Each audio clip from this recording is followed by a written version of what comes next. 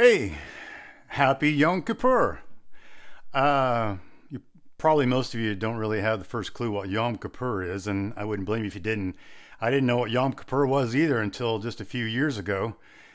Yom Kippur is today, October 5th. It's actually a Jewish holiday.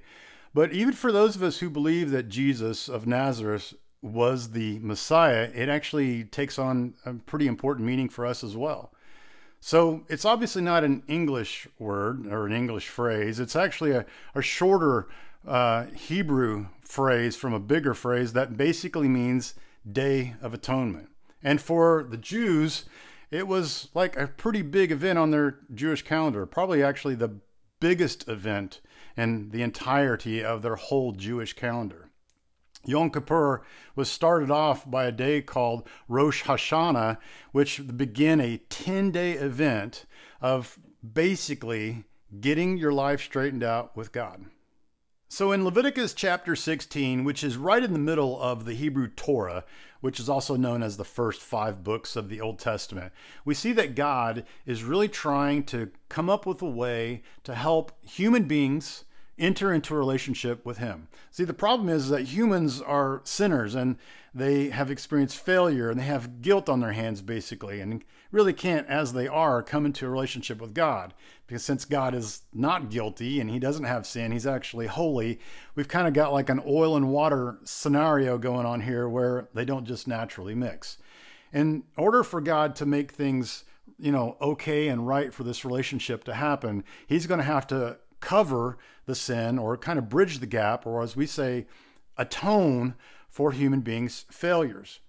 As I mentioned earlier, this whole 10-day process, this event that takes place, for those 10 days, the Hebrews are basically trying to stay away from stuff that typically would trip them up or cause them to sin, and really trying to focus very hard and very diligently on trying to get right with God. Because all of this is going to culminate into the final day, which is the Day of Atonement, Yom Kippur. On this day, the high priest of the tabernacle, God's kind of mobile tent, would prepare himself and 3 offerings to God. He would dress in all white, he would wash himself in preparation to be in God's presence, and would complete the ritual of atonement, which included a young bull, a ram, and 2 goats.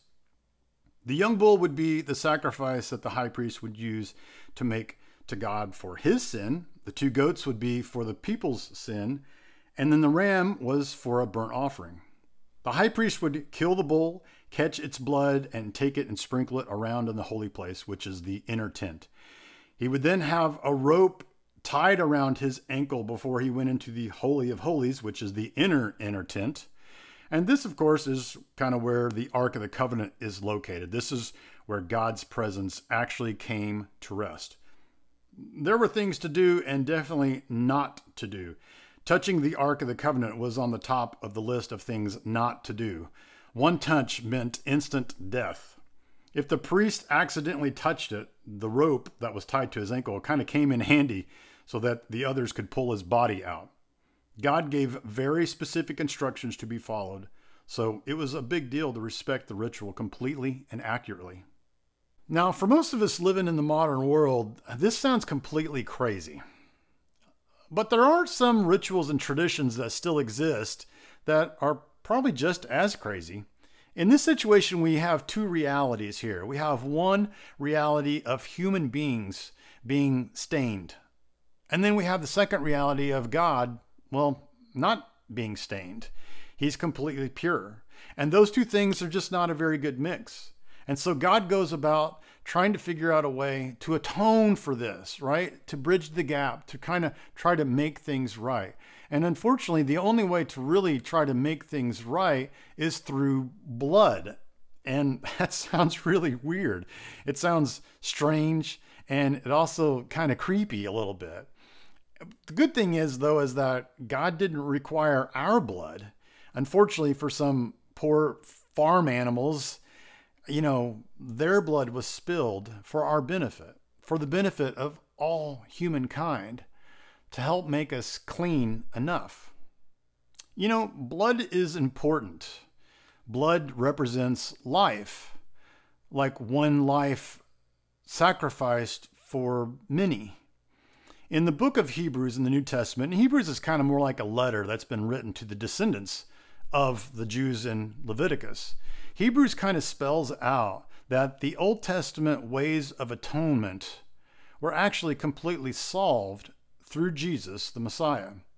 Hebrews kind of helps us understand that the old rituals of atonement, the Day of Atonement, and the week leading up to those 10 days leading up to it, was really more like a band-aid. It didn't actually go deep enough to address the deeper issue. It didn't actually cure or heal the disease that was underlying. So really, it just covered. But Jesus, though, Jesus actually goes to the real Holy of Holies, into the throne room of God, and he stands as the true priest on our behalf. Hebrews 9:12 says, "He did not enter by spilling the blood of goats and calves. He entered the most holy room by spilling his own blood. He did it once and for all time.